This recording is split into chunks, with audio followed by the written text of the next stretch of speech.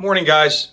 Today we're going to go a little further into the components for understanding quadratic functions.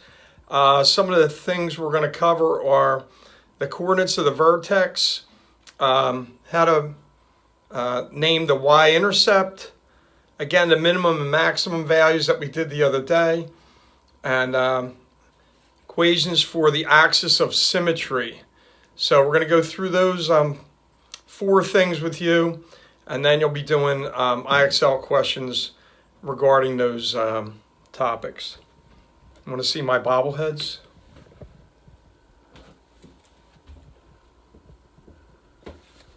There you go. Okay, so we're going to look at the coordinates of the vertex and three parabolas, and this is review for you. Okay, so first you just have to realize that the vertex is going to be the point where the parabola turns down or it turns up. Okay, so in this case, the point where the parabola turns down is the origin. Okay, and we know that we go,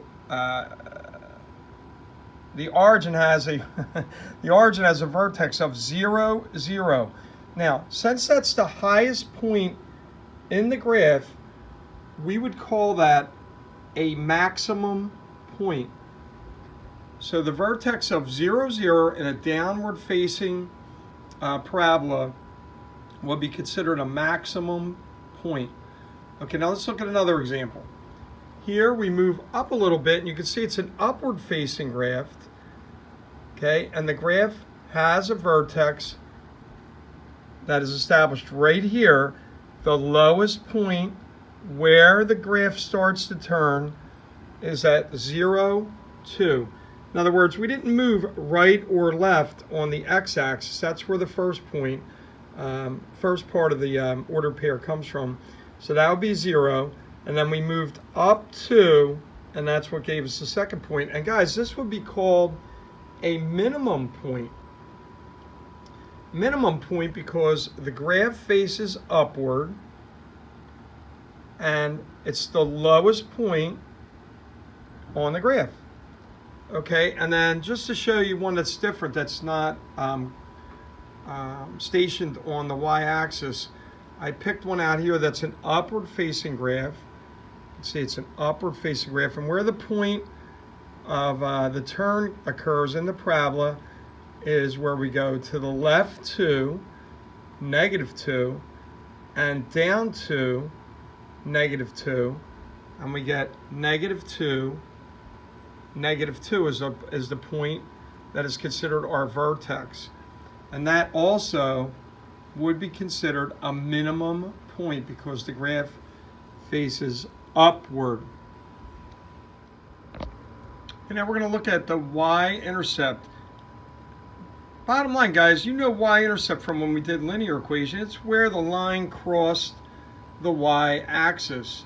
So here you can see the y-axis, x-axis, where this parabola crosses the y-axis would be at 3. So the y-intercept would be 3. In this one, this case, I didn't really put make a mark, but let's call it 2. We have the parabola, even though it's facing downward, it's still crossing, okay, the y-axis at 2. So that would be, y-intercept would be 2. And then last but not least, I put one, again, facing downward. And you can see where the intersection takes place between the graph and the y-axis is at -4. So the y-axis, or the y-intercept, excuse me, would be -4. Okay, so let's take a minute now to look at maximum or minimum values. We kind of touched on that a little bit earlier, but let's just look at those selectively, all right? First one, here's a parabola facing upward. The lowest point, the vertex, if we drew a line across the y-axis, okay, we would be at -2. -2.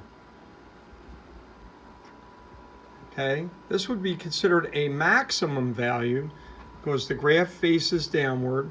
And again, if we look at the y-axis, the line across there, the highest point in the graph would be a maximum value of 2. And then last but not least, okay, again, we're just looking at the y-axis. We drew a line across here to see what the highest point was. Because it is a graph facing downward, we would see it's at a maximum value of -1. Okay, so there's your maximum or minimum. Maximum goes with the downward facing graphs. Minimum goes with the upward facing. Okay, next we're going to touch on the equation of the axis of symmetry. First off, as a review, the axis of symmetry is going to be the line, okay, that breaks the parabola into two symmetrical parts, two equal parts on either side. So in this case, the line of symmetry is the y-axis, okay, because you can see the vertex sits on the y-axis. So what's the point that represents the vertex? Well, it's 0, -5. We back this up a little bit. So the equation of the axis of symmetry is just this. Simply put, it's x equals 0. Coincides with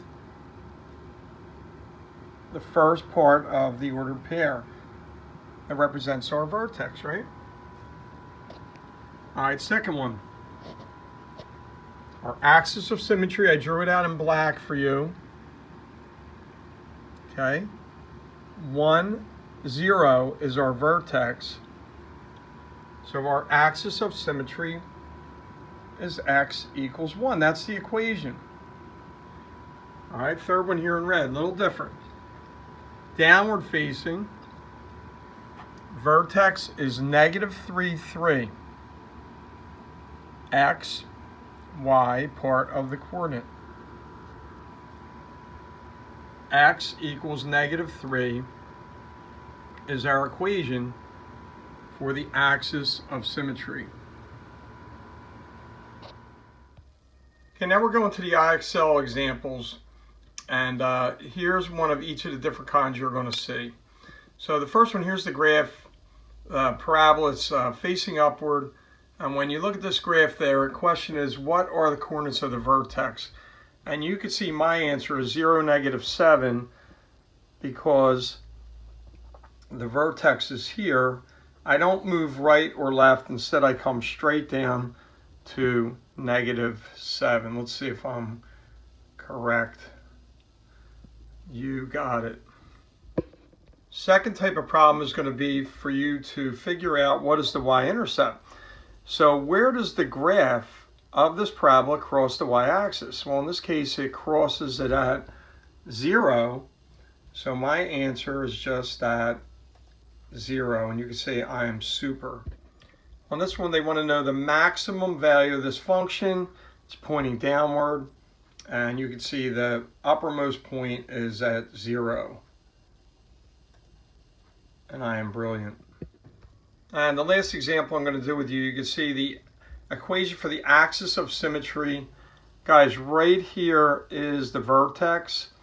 And the vertex is at 4, -9, I guess. But it crosses the y-axis at 4. That line of symmetry would go right down the middle here. You can see I'm tracing it with my cursor.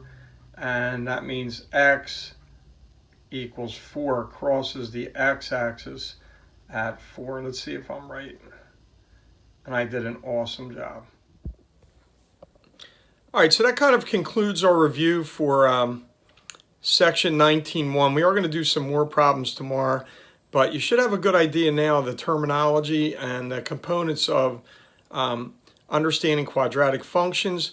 You're now ready to do the IXL exercises, and the IXL exercises are on your Google Classroom. You should work to do at least 20 questions.